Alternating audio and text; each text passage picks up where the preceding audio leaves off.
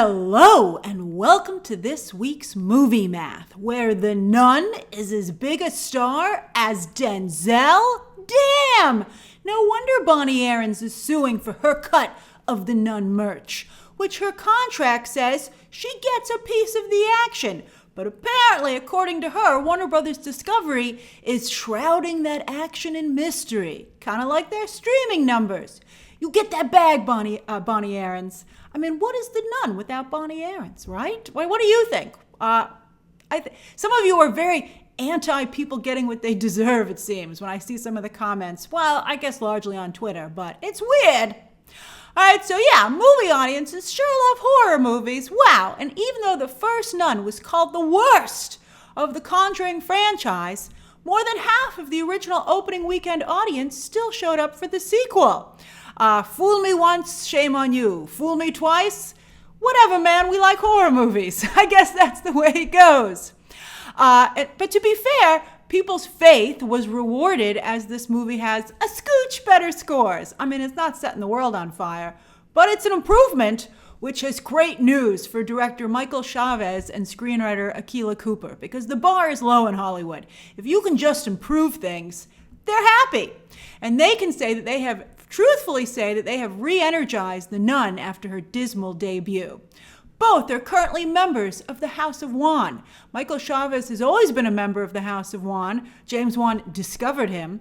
But Akilah Cooper actually had quite a long career before she really took off under Wan's stewardship.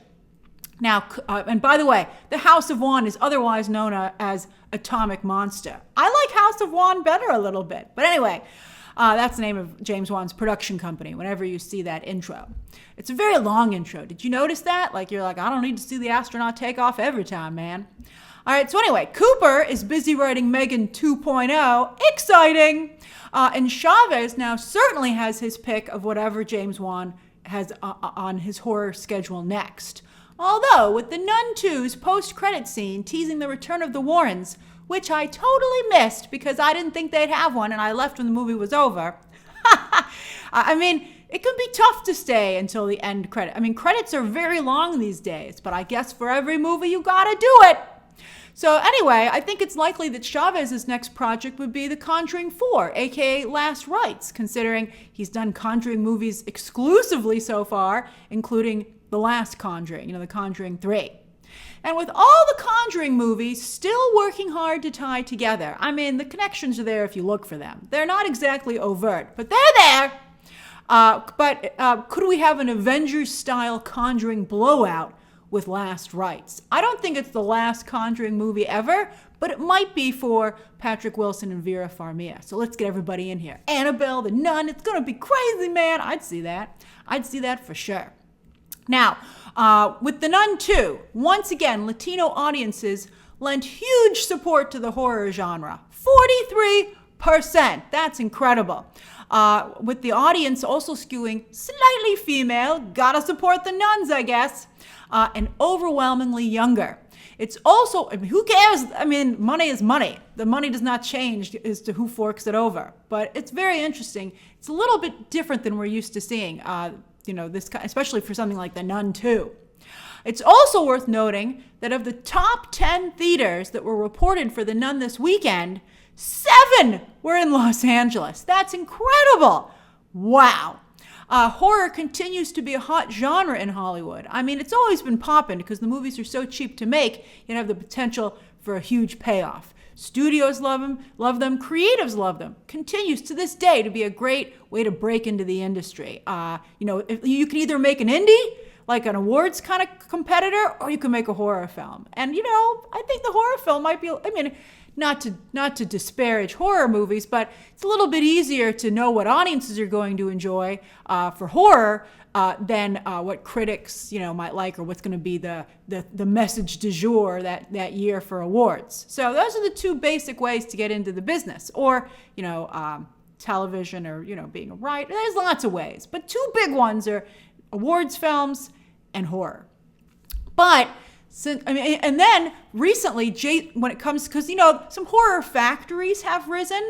So you've had Jason Blum with his at Universal, and then Warner Brothers, interestingly, under the stewardship of Walter Hamada until he too was cursed by DC. Well, he kind of cursed himself a little bit. Never should have made that phone call to Ray Fisher. What was he thinking? But anyway, Jason Blum and Warner Brothers used to be the only two really in the space. But now every studio wants a piece because there is so much to be had. It's a very big bloody pie. So The Nun 2 is Warner Brothers, while Disney, Fox, Lionsgate, and Universal with 2 entries, both from Blum, I think. They're definitely, Five Nights at Freddy's is definitely from Blum, but I think Exorcist might be too. But anyway, all those studios are trick-or-treating for cash this Halloween season at the multiplex.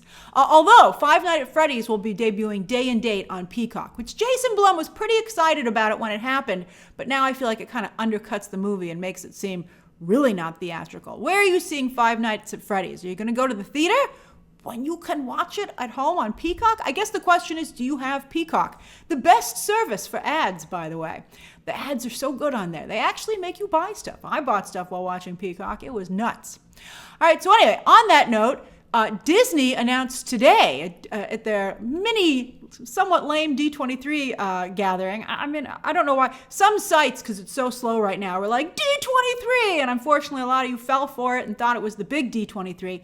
That's next year. D23 is every other year, the big one. So they should change the names, to be fair.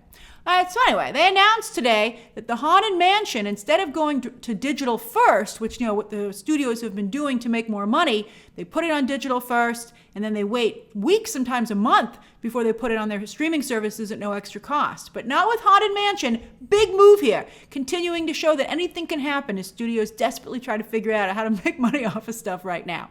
But anyway, Haunted Mansion will be available on digital and Disney Plus, day and date, starting October 4th. Surely they're hoping that while Haunted Mansion ended up being dead on arrival in theaters, it might be a Hocus Pocus 2 level hit on Disney Plus. Remember what a juggernaut that was last year?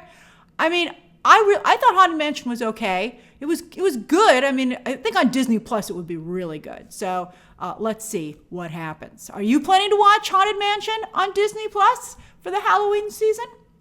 You got that and a Five Nights at Freddy's, just from the comfort of your home, which I think is really going to affect the movies that are opening in theaters. So we'll see. As to the rest of the box office, it's a little disappointing that such a good movie like The Equalizer 3 got hit so hard in just its second weekend. But that drop is on par with the last film. At this rate, though, and with audiences, as we were just discussing, now more primed to wait for digital or streaming, Equalizer 3 is going to come to digital and streaming eventually, and probably real soon. This Equalizer might not make it to the century mark, even after its boffo start, which would be not a good look. Sony will send it to digital soon, where it should do, I think, quite well. And then Sony, of course, sends its movies to Netflix for streaming because they don't have their own streaming service. And I think all these movies, like including The Equalizer 3, will do very well on Netflix. I mean, we see movies like Equalizer 3 doing great on Netflix every week on their charts. So Denzel, Hollywood royalty, is well known to expect to get paid, as he should. For instance, when Warner Brothers sent all their movies to HBO Max during the pandemic, remember that? How could any of us forget? But some little detail that some of you might not remember is that Warner Brothers instantly gave Denzel $40 million to kiss the ring, while other actors and directors had to fight for their cash. In fact, Christopher freaking Nolan didn't get his multi-million-dollar makeup check until after he left Warner Brothers for Universal, and Warner Brothers had new leadership. Then they sent him a couple $1 million. And I think he's still miffed. I do think Barbie bothers him, even though, because he doesn't talk about it. And it's weird. I don't know why he won't talk about Barbie. I think he maybe mentioned it once or twice. I'm sure some of you were like, he mentioned it once, Grace. All right, I bring this up because if the Equalizer, I bring up the payment stuff because if the Equalizer 3 is going to get the bulk of its viewership on, say, Netflix, how does Denzel get paid? The more big names that get pulled into this new reality of releasing movies, that might be what finally gets us some transparency. Or, and I bet this is what the studios would prefer, studios will be forced to pay big name talent big bucks up front, just like Netflix does, creating ridiculously oversized budgets. Instead, the old system was that stars had to deliver at the box office in order to get paid. I mean, you got a nice sum up front, but if you wanted these huge numbers, the movie had to do well, and then you would get a cut. But Margot Robbie sure delivered, and she is getting paid, as we recently discussed. But wow, Barbie continues to climb. I bet she's getting even more than $50 million now. This is amazing. Barbie is now domestic, the 12th highest grossing film of all time. How wild is that? Oh, I love it for that movie. I love it for Barbie.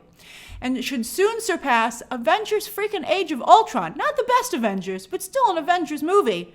For number 14 worldwide all time, right behind Frozen 2. I don't think it's going to be able to pass Frozen 2, especially since it hits digital, finally confirmed on Tuesday. But I think that Barbie, it's the right move, because this is the biggest drop Barbie has had since it opened in theaters. So I think it's ready to go to digital. Even though it has that IMAX date at the end of the month, I think it's time. And mark your calendars for Tuesday, because we're doing our watch along. We're going to have so much fun. And not just at 7 p.m. for Barbie, but then right after that, Barbie might start like maybe 10, 15 minutes early, because at 9 p.m., it's Ahsoka Episode 5. We're going to do watch-alongs for both. There'll be 2 separate streams, so you'll have to hop from one to the other, but they'll be open to all subscribers. You just have to be a subscriber to be on the trailer to be able to join in, and you need your own copy of Barbie and or a Disney Plus subscription for Ahsoka. But that's all you need, and all members at both levels will be able to comment. We're going to have quite a good time on Tuesday night. I'm excited. Snack suggestions? Remember, I'm not eating sugar, so try to give me something in that range. All right, so it's certainly more of a party than my Big Fat Greek Wedding 3, which played like someone's third wedding. But still, 10 million is a respectable opening, and what else is Nia Vardalos going to do with her time? I mean, more power to her that she actually got someone to make that, and that it opened at 10 million. I mean, wow, a lot of movies these days can't open in double digits. So good for her. Good for her. And India's Jawan, a global day and date release. Usually fans of a lot of movies out of India have to wait to be able to watch it here on the other side of the globe. But this was day and date. Everybody was able to watch it together. And it opened in 4th place. As again, North American audiences become more and more open to imported films. Although a lot of times, back in the day, some distributors would not give foreign, overseas films a good launch because they wanted to remake them for American audiences, so they didn't want American audiences to see them. But I think Netflix, in particular, because it really tries to get everybody to watch everything, has really made North American audiences more open to films in other languages that are dubbed or subtitled. Dubbed or subbed. And also, of course, North America is becoming more and more diverse in many ways. And so there's more interest in Jawan. So it's very interesting to see those changes to the North American box office. Even like a decade ago, this would never happen. And we see it happening regularly at this point. So that's cool. What do you want to see on a big screen? And the bottom of the top 10 is pretty sad, but at least all the movies cleared 1 million, which after the pandemic hasn't always been the case for quite some time.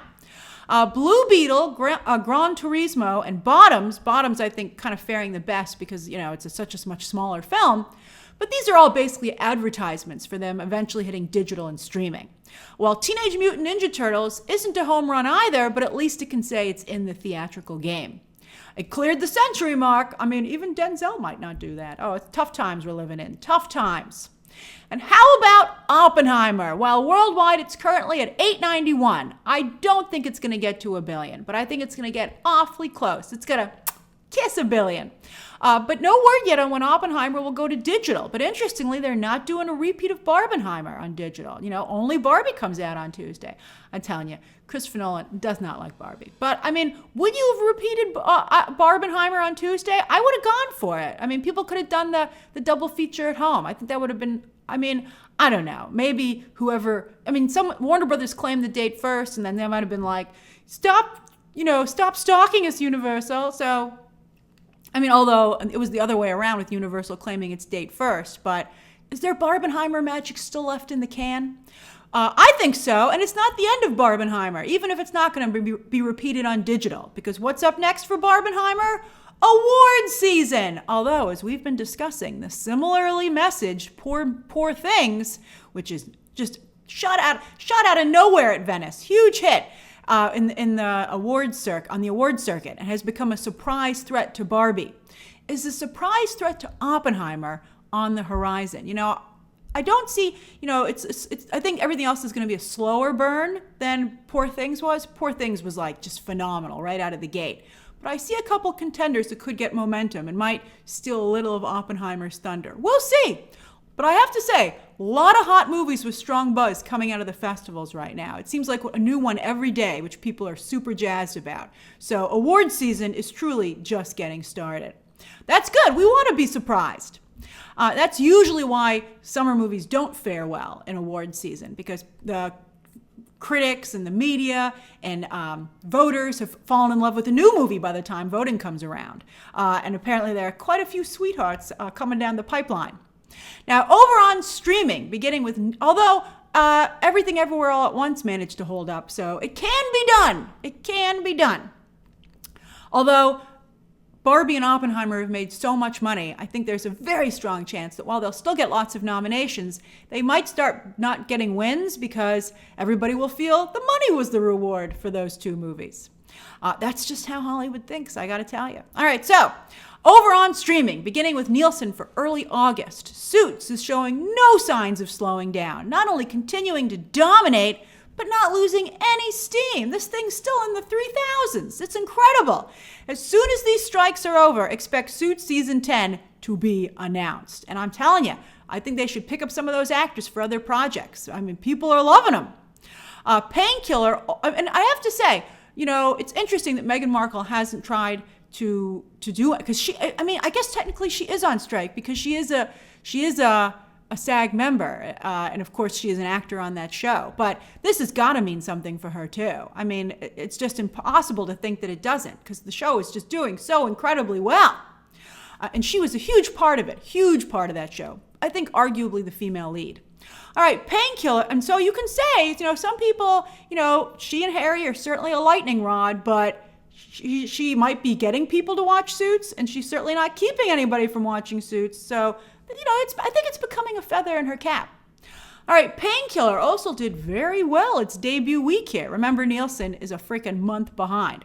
So this was when Painkiller debuted, and it's surprising to see it do so well, considering it's the exact same story as Dopesick from a few years ago. Why didn't anyone watch the Elizabeth Olsen Love and Death, even though they'd seen Candy? Why? It was so good. But anyway, speaking of Painkiller and Dopesick, the upcoming Emily Blunt and Chris Evans movie from Netflix, which just recently dropped a trailer, also the same story, which no one has mentioned, which I find interesting. I guess they're trying to make sure you maybe don't realize it, but it's the same thing. Heart of Stone had a respectable debut at number 5, but it's not as high as Mother or Extraction 2, which were number 1 or number 2 when they debuted on Nielsen's charts. But remember, Nielsen is domestic, whereas Netflix's charts, where Heart of Stone did very well as Mother and Extraction 2, is global. So when Heart of Stone did so well, some of you were like, we think it's India, Grace, because Alia Bhatt is a co-star in Heart of Stone. And I'm thinking you might be right based on its Heart of Stone's moderate Nielsen performance. Guardians is still on here, while Only Murders, with the debut of Season 3, continues to prove it's Hulu's crown jewel along with The Bear.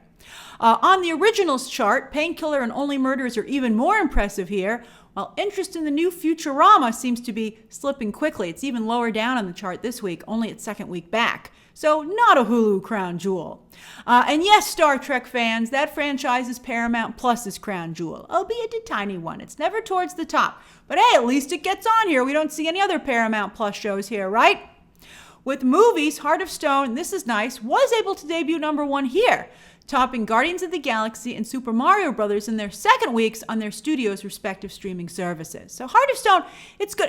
I would say globally it's as strong as Mother and Extraction 2, but domestically it's definitely a little softer. Then on Netflix's charts for just last week, wowza! Some Nepo babies don't launch, but some do. And Adam Sandler has done a fantastic job launching his daughter's career. And here you can see Heart of Stone 4 weeks out on these charts is still holding okay. So again, it's certainly respectable. I suspect Gal Gadot, if not for another Heart of Stone, will return to Netflix for something else. Especially because her schedule is now so free. So sad. Is it though? I think she maybe should have not made it so clear how bad an actress she was. I was trying to defend her, but she just became undefensible. Indefensible. All right, so and Netflix has another hit with an interactive choose-your-own-adventure style piece of content, this time a movie, romantic comedy Choose Love. Did you see any advertisements for this? I guess the first leap of faith is clicking on it in the first place, although I bet a lot of people regretted it because apparently it's awful. I choose to turn it off. Then with TV, as we discussed on a live stream earlier this week, so I softened the blow for some of you. One Piece did have a very good debut, on par with Umbrella Academy Season 3 or Queen Charlotte, the Bridgerton spinoff, but not quite on par with Stranger Things 4 or Wednesday. And some of you have pointed out that those other things are all secondary seasons, but Wednesday was a debut season as well. But One Piece is still doing very well, and we'll see how it does the week after when it'll be on this chart for a full week. You know, here these numbers aren't even for a full week. And then also the word of mouth has been very good. So you definitely might see an uptick next week on these charts. Particularly, you know, we saw that with Sandman. So maybe Sandman and One Piece might be like a similar situation. No, I think One Piece is a bigger phenomenon. It was so strong on social media that even if its numbers are a little weaker than Netflix would like, I think they're going to certainly renew it because of that alone. Social media is important, especially to a place like Netflix. All right, so, and longevity series Blue Zones had a solid debut, putting a docu-series with no big stars host surprisingly high on the chart. Then on iTunes, 9 of the top 10 movies are recent or current theatrical releases, including Strays, which Universal sure rushed to digital, boy. So more proof, yet more proof. We have so much proof at this point, but here's more of it, that a lot of people are enthusiastic about waiting just a few weeks often to watch movies on digital rather than in theaters. That's why you're seeing some big drops after that first weekend, because the theater crowd goes right away, and then usually people would trickle in being like, oh, people liked that did well, good word of mouth. But instead of going to the theater second or third week, what's happening now is people go, oh, pre-order, and they get it on iTunes or wherever they're purchasing their digital movies. So that's not great. All right, so because I think you make less money. I think it's better for the long run when the movie does well theatrically, and then there's even more money later on. Speaking of seeing movies in theaters, this coming week we've got 2 new ones. A Haunting in Venice, which based on some of the comments on my review which went up yesterday, some of you are unaware that it's Kenneth Branagh's latest Hercule Poirot movie. So a bit of a faux pas on the part of the Disney Fox marketing team. Did you know? I mean, that's crazy to me. I mean, you see the mustache, right? I guess it's not as iconic as Kenneth Branagh would like to think. And then also Dumb Money has a limited release before going wide just 2 weeks later. These movies both have good reviews so far. Again, my Haunting in Venice review is up right now. I missed the Dumb Money press screening on Friday, so I will review that soon. I feel I'm bummed because the movie looks so good and has such hot word of mouth. But here's the question. Is anyone going to see either of these movies in theaters, right? Like, I think Dumb Money looks good, but I don't know if it's going to make any money, right? I mean, it's supposed to be an Oscar contender, but so many, as I said, so many big movies popped up out of the festival circuit the past few days that I think it's starting to become a more open field. You're like, where'd that movie come from? And where'd that movie come from? Boy, people sure like that movie.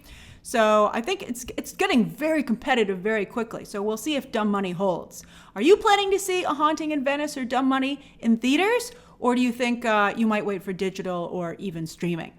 And then again on Tuesday, Barbie hits digital. We have our watch-along party for that in Ahsoka Tuesday night.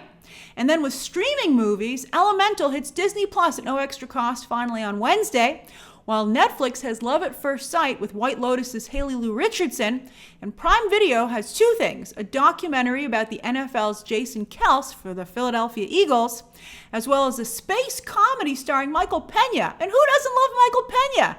Rosa Salazar, aka Alita Battle Angel, also stars. She might be supporting, but she's in the movie.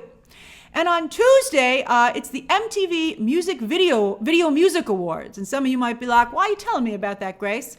Well, I gotta say, I mean, the MTV Awards aren't quite what they used to be, music video or film and TV, but at the same time, they tend to have cool stuff happen at the awards shows, particularly the Video Music Awards. So you might want to tune in for some cool performances. I mean, I'm not guaranteeing it. Maybe you want to DVR it and tune in later, but I mean, you should keep an eye on it. And then with series, The Walking Dead Daryl spinoff starts tonight on AMC, along with the return of actor Norman Reedus' motorcycle show right after. And who's tonight's guest? Mr. Keanu Reeves. Even I'm like, should I watch that? Probably not, but I'm tempted. Does anyone watch that Norman Reedus motorcycle show? Keanu Reeves loves motorcycles. He's like Mr. Motorcycle, so that could be pretty good. Welcome to Wrexham returns Tuesday on FX and Hulu. Was this show a one-hit publicity stunt wonder, or could they really do a season 2? We'll find out. I mean, the team's continuing. Ryan Reynolds and that other dude are still invested in it. I'm sorry, other dude. I know Glenn Howerton's name. They're both from It's Always Sunny in Philadelphia.